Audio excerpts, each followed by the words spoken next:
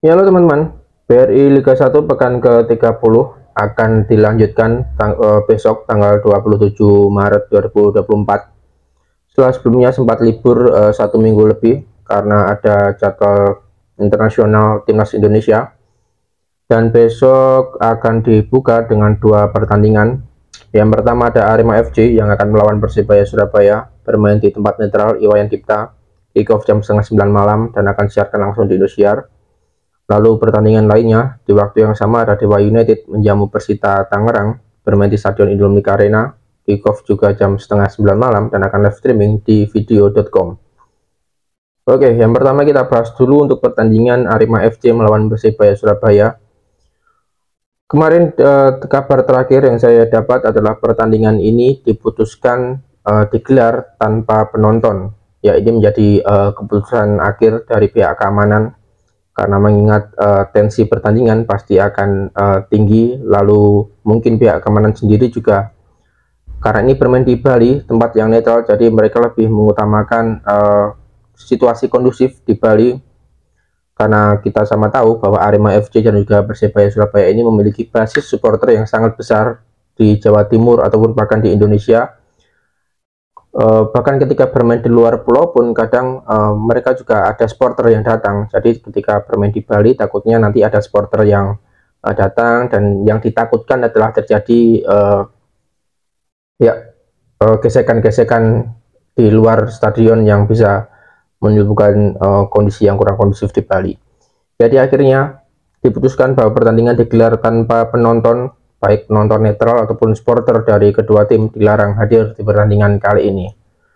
Oke, jadi derby Jawa Timur yang sudah dipastikan panas, dua tim besar bertemu, tapi digelar tanpa penonton. Ya, meskipun ada kemungkinan akan seru, tapi jika masih tanpa penonton, mungkin akan sama seperti pertandingan antara Persib Bandung lawan Persija kemarin, yang juga partai big match El Clasico Indonesia, tapi digelar tanpa penonton. Ya, sedikit ada hal yang berbeda, seperti ada sedikit anyep seperti itulah. Oke, kita masuk saja ke klasemen kedua tim. Arema FC saat ini berada di posisi 15 dengan 31 poin. Di 5 pertandingan terakhir mereka berhasil meraih 3 kali kemenangan, 1 kali hasil imbang dan 1 kali kekalahan. Dan sayangnya di pertandingan terakhir di pekan ke-29 kemarin mereka mengalami kekalahan dari tuan rumah Persita Tangerang dengan skor 4-3. Ya, padahal di pertandingan ini Arema sempat 2 kali unggul, namun sama Persita berhasil disamakan, dan di pertandingan atau di menit akhir pertandingan Persita berhasil comeback dan meraih kemenangan. Oke, jika di pertandingan ini Arema dapat mengalahkan Persebaya, maka Arema akan mengumpulkan 34 poin dan Arema akan naik 1 strip saja di peringkat 14. Ya, menggeser PSS dan berada di bawah dari tim Rans Nusantara. Lalu bagi Persebaya Surabaya, mereka saat ini berada di peringkat ke-12 dengan 36 poin. Ya, berada di 3 strip lebih baik daripada Arema FC. Di 5 pertandingan terakhir Persebaya meraih 1 kali hasil menang, 3 kali imbang dan 1 kali kalah. Di pertandingan terakhir mereka bermain imbang tanpa gol melawan tim Madura United ketika bermain di Surabaya. Jika di pertandingan ini Persebaya bisa memenangkan pertandingan, maka Persebaya akan mengumpulkan 39 poin dan mereka akan naik ke peringkat 10, naik 2 peringkat dan akan menggeser Persija Jakarta yang saat ini bertengger di peringkat ke-10. Dari 5 pertemuan terakhir antara kedua tim, Arema dan juga Persebaya Surabaya, ini sejak 6 November 2021, khususnya di Liga 1, jadi tidak ajang-ajang pramusim tidak dihitung. Persebaya mampu tampil lebih bagus dari Arema dan bahkan Persebaya tidak terkalahkan dari Arema. Persebaya menang 4 kali, lalu 1 kali hasil imbang. Dan pertemuan terakhir antara kedua tim ini adalah saat putaran pertama kemarin pada tanggal 23 September. Persebaya mampu unggul atas Arema dengan skor cukup telak 3-1 ketika bermain di Stadion Gelora Bung Tomo, Surabaya. Oke, jadi ini Persebaya butuh menang untuk menjaga jarak mereka dari tim papan bawah dan naik ke papan tengah untuk setidaknya bisa bernafas lega dari kejaran-kejaran tim yang berada di bawahnya. Sementara Arema FC jelas mereka butuh kemenangan karena saat ini poin mereka sama dengan Persita yang berada di zona degradasi, dan jika tidak mau mereka degradasi musim depan, maka harus bisa memaksimalkan setiap pertandingan yang mereka mainkan, khususnya 5 laga terakhir ini. Oke. Di pertandingan atau di beberapa pertandingan terakhir sebenarnya Arema cukup bagus, apalagi setelah terjadi pergeseran pelatih dari pelatih Arema terakhir saya lupa, digantikan oleh Widodo Cahyono Putro, di mana Widodo ini mampu meraih 3 kali kemenangan, 1 kali imbang, sebelum akhirnya berhasil dipatahkan oleh Persita dengan 1 kali kekalahan. Lalu bagi Persebaya Surabaya sendiri, mereka juga dilatih pelatih baru, ya Paul Munster yang menangani Persebaya. Ya, kurang bagaimana ya, di tangan Paul Munster ini Persebaya tampil cukup bagus, namun ya mungkin karena memang lawannya juga yang dihadapi juga berat-berat, dan ya hasilnya adalah mereka hanya mampu meraih 1 kali kemenangan, 3 kali imbang, dan 1 kali kekalahan. Dan kekalahan mereka yang didapatkan adalah saat melawan Borneo FC bermain di Stadion Padakan. Oke, itu adalah statistik dari Persebaya dan juga Arema, di mana di beberapa match terakhir Persebaya mampu tampil lebih bagus dan tidak terkalahkan atas Arema, baik ketika mereka dilatih oleh Aji Santoso dan juga Joseph Gumbau.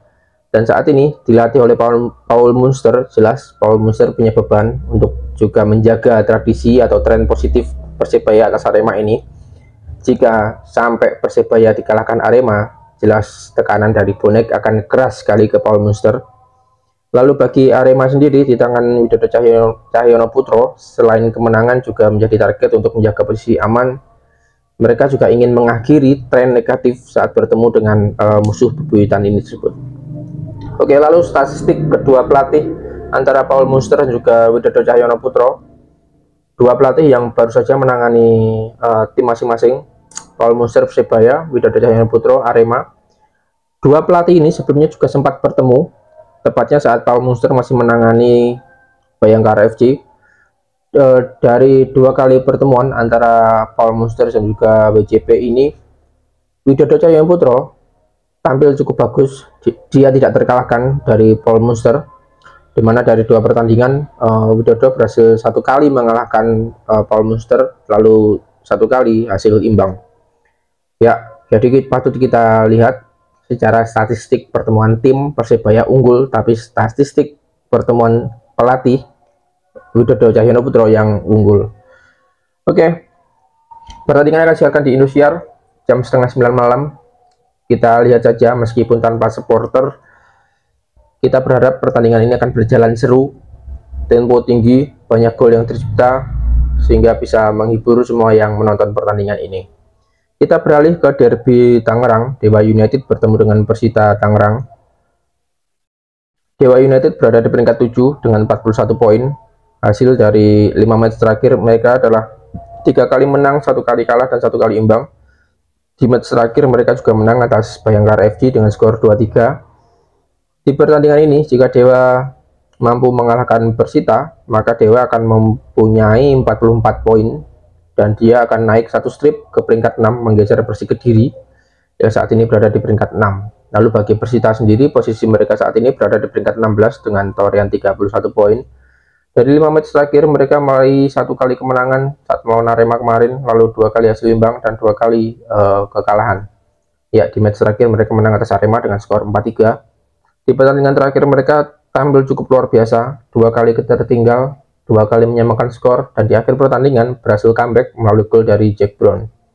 Jika di pertandingan ini Persita menang, maka Persita akan naik 2 strip ke peringkat 14 dengan 34 poin, menggeser pesaing terdekatnya Arema FC dan juga PSS Sleman.